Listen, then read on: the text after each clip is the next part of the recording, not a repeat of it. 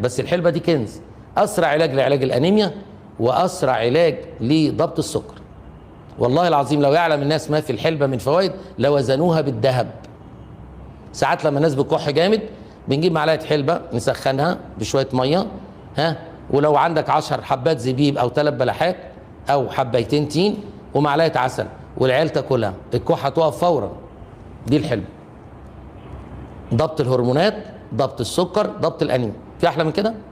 يقول لك ريحتها، حط عليها شويه شمر، حط عليها شويه ينسون، حط عليها فص قرنفل، حط عليها شعره قرفه، خلاص